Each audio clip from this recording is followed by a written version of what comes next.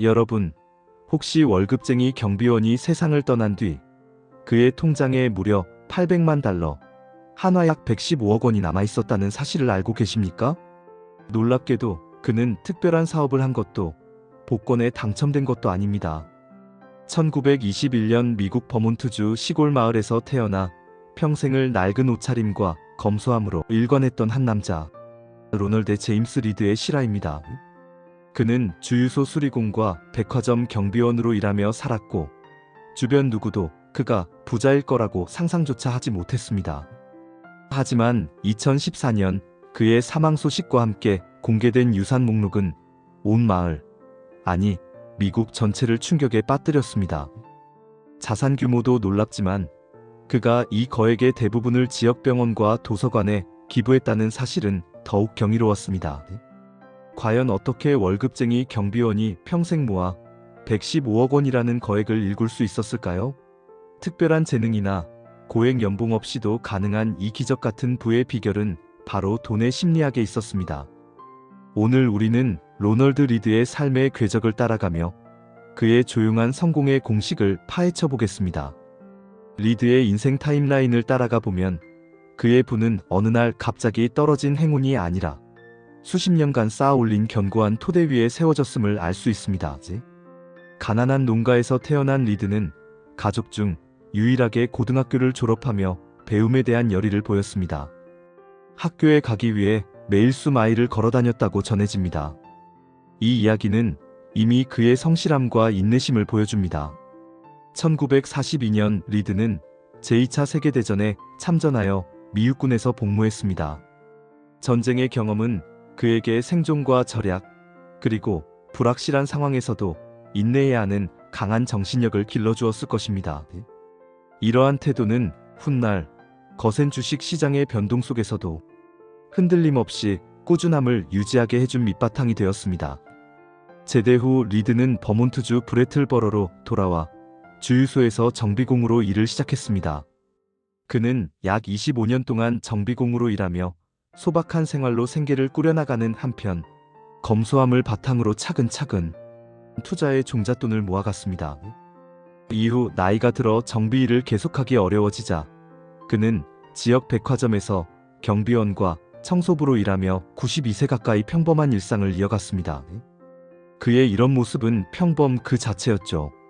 그는 은퇴 후에도 소액의 연금과 검소한 생활로 모은 돈을 꾸준히 투자하며 누구보다 묵묵히 자신의 방식대로 자산을 키워나갔습니다. 리드의 삶은 철저한 절약으로 점철되어 있었습니다. 그는 평생 낡은 옷을 입었고 외투 단추가 떨어지면 안전핀으로 고정해 입을 정도였습니다. 식당에서는 쿠폰을 꼼꼼히 챙겼고 심지어 나무를 주워 땔감으로 쓰기도 했습니다.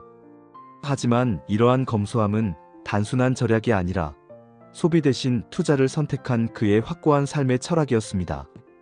바로 이 검소함이 리드의 첫 번째 투자 전략이자 사람들이 그를 조용하고 검소한 사람으로 기억하게 만든 이유였습니다. 리드는 재무 전문가가 아니었지만 그의 투자 원칙은 워런 버핏과 놀랍도록 일치했습니다. 그에게 투자 성공은 지식이 아니라 규율이었습니다. 그는 매일 신문을 빠뜨리지 않고 읽었다고 합니다. 특히 월스트리트 저널과 같은 금융 관련 보도를 꼼꼼히 읽었습니다. 그는 자신이 이해할 수 있는 기업에만 집중했습니다. 그리고 화려한 투자 잡지나 단타 정보를 쫓지 않고 기업의 연차 보고서를 통해 해당 기업의 재무 상태와 사업 모델을 스스로 분석했습니다. 리드의 포트폴리오를 분석한 결과 그는 약 95개의 종목을 보유하고 있었습니다. 이들 대부분은 금융 위기에도 흔들리지 않는 우량 블루칩 기업이었습니다. 주요 종목은 제너럴 일렉트릭, 프록터 앤드 갬블, JP 모건 체이스, 코노코필립스 등 미국을 대표하는 거대 기업들이었습니다. 그는 또한 꾸준히 배당금을 지급하는 회사를 선호했습니다. 배당주는 기업이 안정적인 수익을 내고 있다는 증거였으며 이는 그의 포트폴리오에 지속적인 현금 흐름을 제공했습니다. 리드의 가장 강력한 무기는 사서 잊어버리는 장기 보유 전략이었습니다. 그는 수십 년간 주식을 사고 파는 행위를 거의 하지 않았습니다. 워런 버핏의 명언처럼 좋은 회사의 주식을 샀다면 영원히 팔지 않을 생각으로 보유하라는 철학을 리드는 그대로 실천했습니다. 리드는 받은 배당금을 생활비로 쓰지 않고 다시 해당 주식이나 새로운 우량주를 사는데 모두 재투자했습니다. 즉, 배당이 들어오면 그 돈으로 다시 주식을 사는 방식으로 장기 투자를 이어간 것입니다.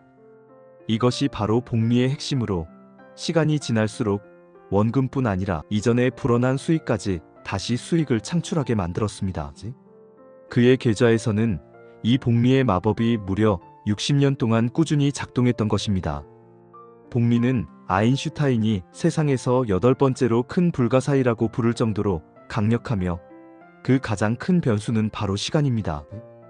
예를 들어 연 10%의 수익률로 1,000만 원을 투자했을 때 10년 후 약 2,593만 원, 30년 후 약 1억 7,450만 원, 60년 후 약 30억 4,400만 원으로 불어납니다. 시간이 길어질수록 수익은 직선이 아니라 곡선을 그리며 기하급수적으로 증가합니다. 리드는 92세까지 생존하며 60년 이상의 시간을 이 투자라는 방정식에 온전히 투입했습니다. 그의 삶에서 시간은 돈을 불리는 가장 강력한 엔진이었습니다.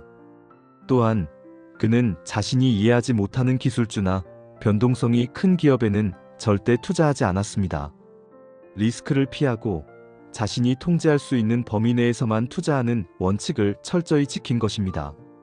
주식시장의 단기적인 폭락에도 흔들리지 않고 무엇보다 살아남는 것을 최우선 목표로 삼으며 안정적인 장기 투자를 이어갔습니다.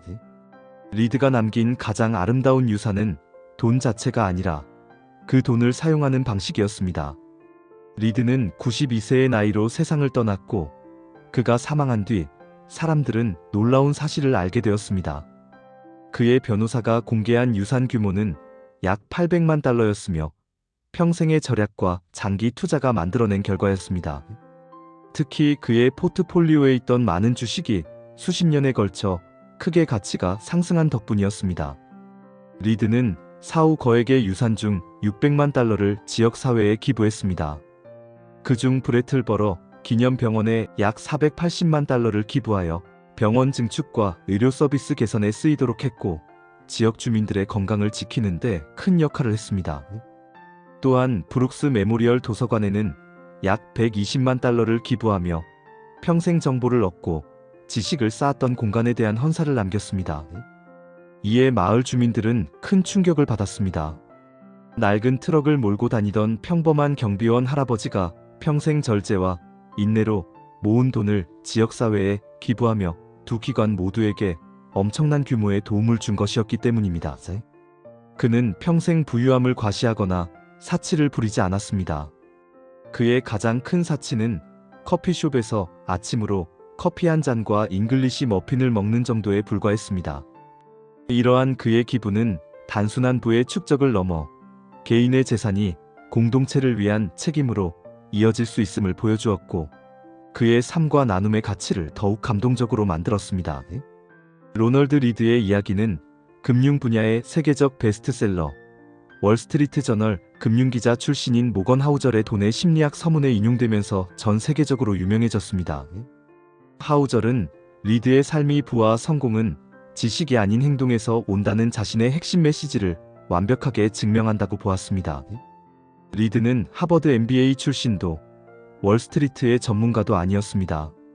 그는 평범한 월급쟁이였지만 규칙적인 생활과 철저한 감정 통제를 통해 누구보다 큰 부를 쌓아 올렸습니다. 투자의 성공은 복잡한 수학 공식이 아니라 탐욕과 공포를 조절하는 심리에 달려 있습니다. 리드는 60년 동안 시장이 출렁일 때도 흔들리지 않고 끈기 있게 보유하는 인내심이라는 심리적 우위를 지니고 있었습니다. 리드의 삶은 워런 버핏 스타일의 가치 투자와 극도의 검소한 생활이 결합했을 때 나오는 시너지 효과의 대표적인 사례입니다. 장기 투자의 복리 효과는 결코 마법이 아니라 오랜 시간 동안 투자를 이어가는 능력에서 나옵니다. 또한 리드처럼 검소하게 생활하는 것은 안전 마진을 확보해주고 시장이 불안할 때 억지로 주식을 팔아야 하는 위험을 막아줍니다.